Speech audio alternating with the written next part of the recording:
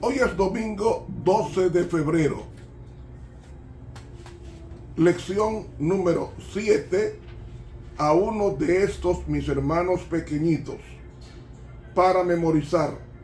Entonces el rey, que es Jesús, dirá a los de su alrededor, a los de su derecha: venid, benditos de mi Padre,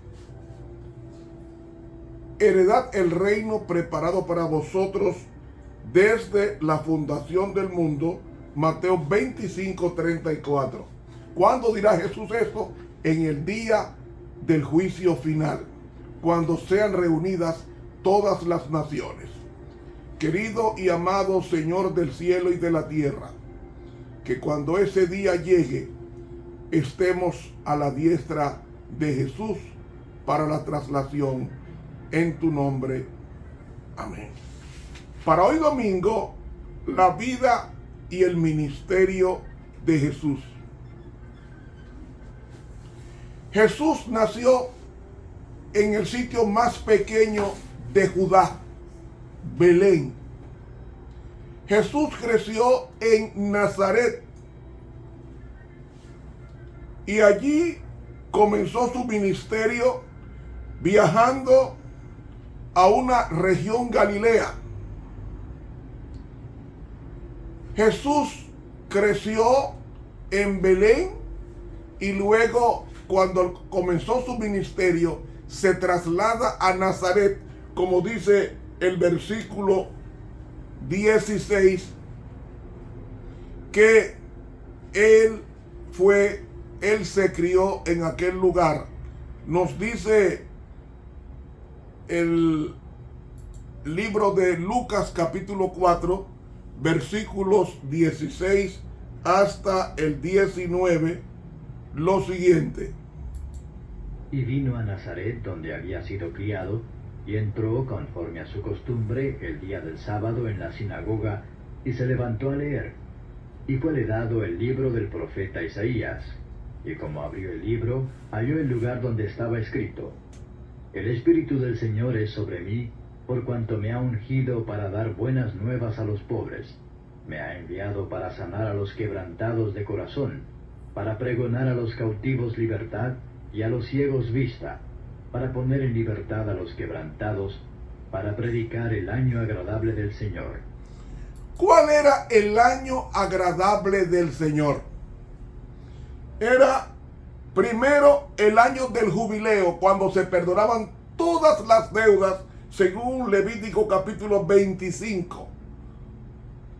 Una persona no podía deber por más de 6 o 7 años. Esa persona debía de ser perdonada. Y había el año del jubileo, cuando se perdonaban todas las deudas, porque Dios no quiere que haya pobre en su pueblo. Y si los hay, es para desintoxicar de nosotros toda esa codicia y todo ese afán de dinero, y podamos compartir con los demás, así como Cristo compartió con sus discípulos su conocimiento, sus taumaturgias, todo aquello que impregnaba y daba impresión de buscar el reino de Dios y su justicia. Pero Cristo es enviado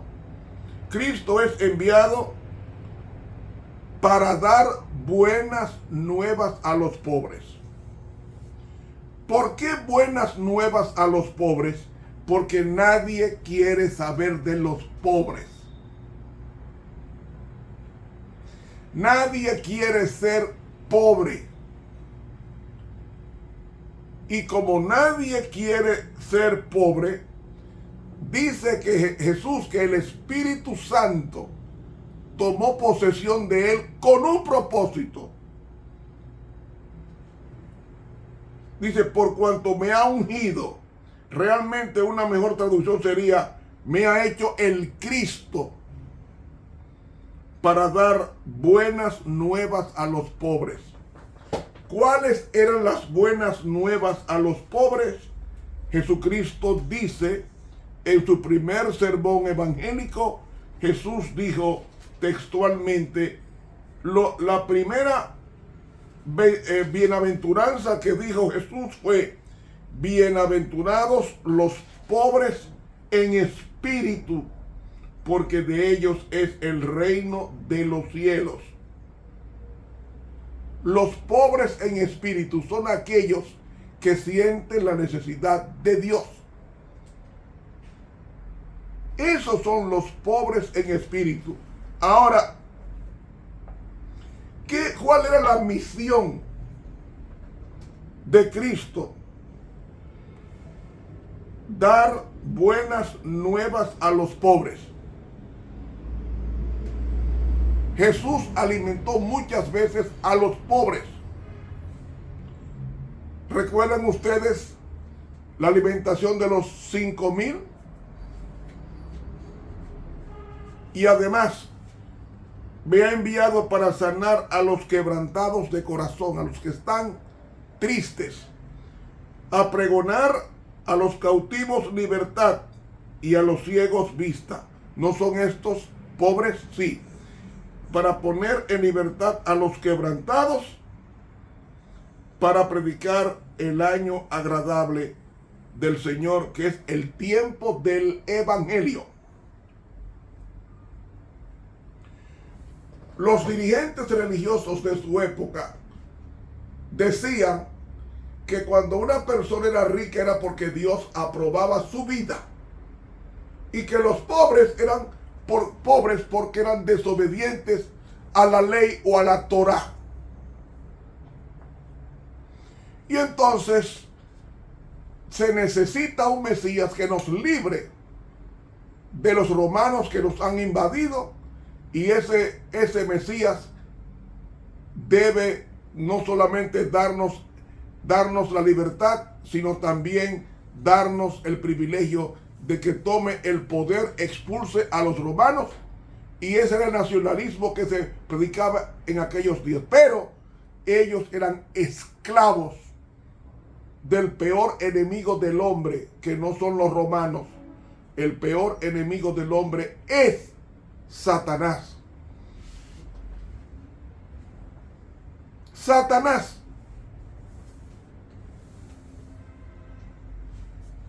antiguamente se pensaba que la pobreza era una maldición de Dios.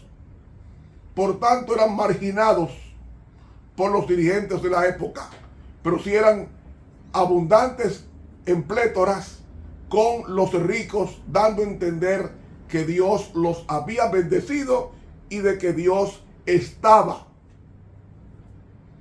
a favor de todo lo que ellos hacían. Amigo,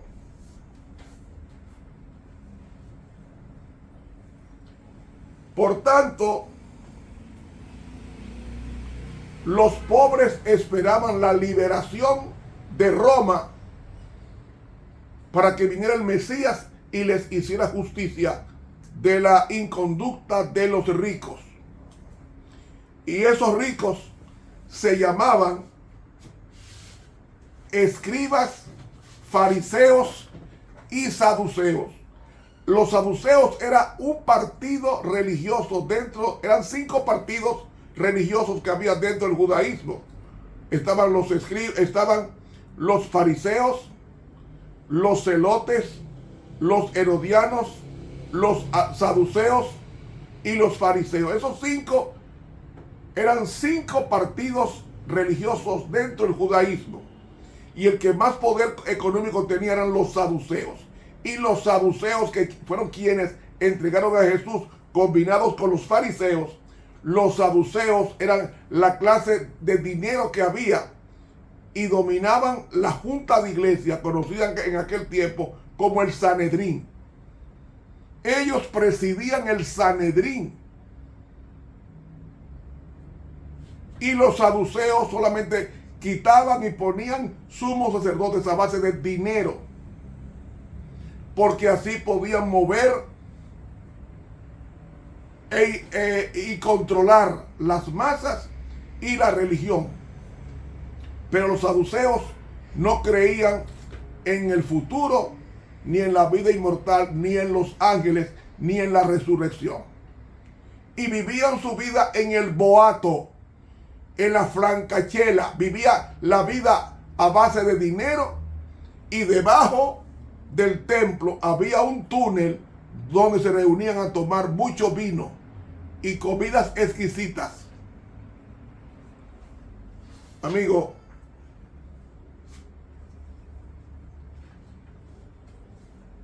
esa era la condición de la iglesia en los días de Jesús. A los marginados, Cristo tenía que enseñarles que había esperanza para ellos, como también hay esperanza para el pobre hoy.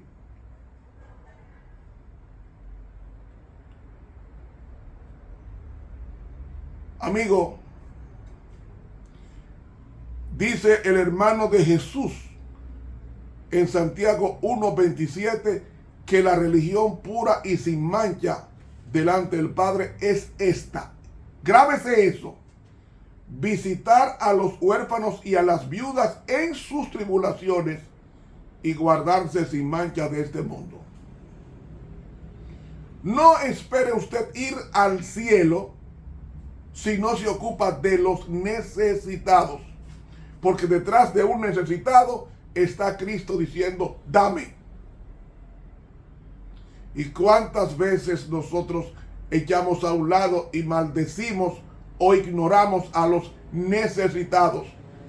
Y dice la Biblia que el que le da al pobre le está prestando a Dios. Yo pregunto, ¿es Dios mala paga? No. Si tú quieres, yo he hecho la prueba, yo regalo un par de zapatos buenos a un pobre y al poco tiempo recibo 2 y 3 pares nuevos. Yo regalo 2 o 3 camisas buenas mías a un necesitado y al poco tiempo recibo 5 camisas de buenas marcas. Porque es un préstamo a Dios cuando le damos al pobre. Cuando le damos al pobre. El mundo lo han hecho los hombres para los ricos. No. Imagínense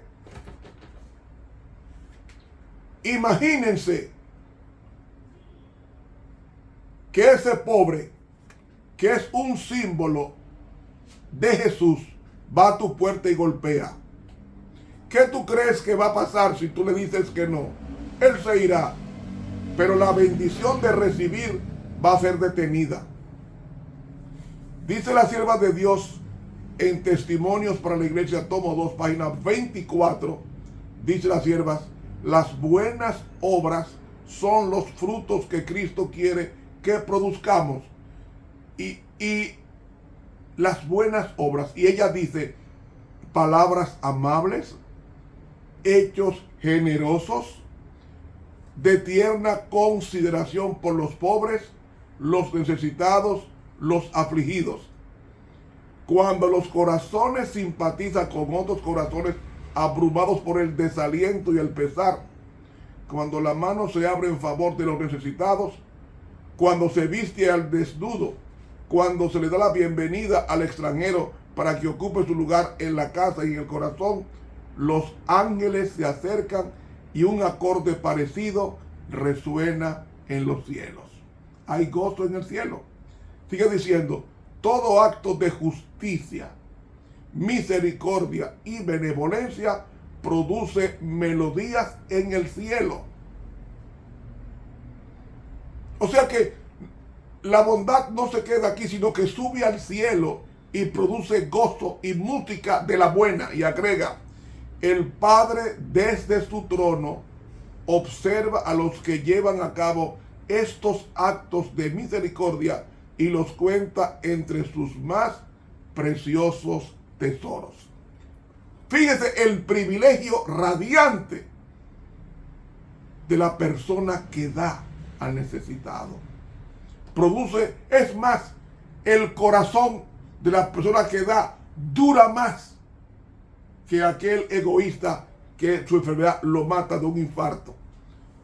Termina diciendo ella: todo acto misericordioso realizado en favor de los necesitados y los que sufren es considerado como si se lo hubiera hecho a Jesús. ¿Quién se atreve a decirle no a Dios? Pues muchas veces decimos no es a Dios cuando privamos al pobre de lo que necesita y le negamos el privilegio de recibir en su necesidad la abundancia de nosotros. Cuando socorréis al pobre, dice aquí, simpatizáis con el afligido y el oprimido y cultiváis la amistad del huérfano, entabláis una relación más íntima con Jesús. Testimonios para la iglesia, tomo 2, página 24 de la pluma inspirada. Amigo, ¿cómo podemos estar más cerca de Dios? Interesándonos en el bienestar de los demás, así como Cristo se interesó en nuestro bienestar de tal manera que murió por nosotros y ahora tenemos la oportunidad de recuperar el paraíso perdido cuando Adán hace casi 6,000 años. Mis hermanos, que Dios nos ayude a tomar muy en serio nuestra profesión de fe. Grábese esto. ¿Qué es cristianismo? Cristianismo no es una doctrina. Cristianismo es Cristo en la persona que lo profesa. Ser cristiano es parecerse a Cristo. Y si usted quiere parecerse a Cristo, repita lo que Jesús hizo en los evangelios. De lo contrario, usted lo que es un simple religioso. Y ningún religioso entrará al cielo si no es parecido a Cristo. Dios te bendiga y te guarde. Para mañana, lunes, la provisión de Dios para los pobres. Suscríbete a este canal de YouTube, dale clic a la campanita e invita a otros. Con ustedes estuvo el profesor Ramón Romero.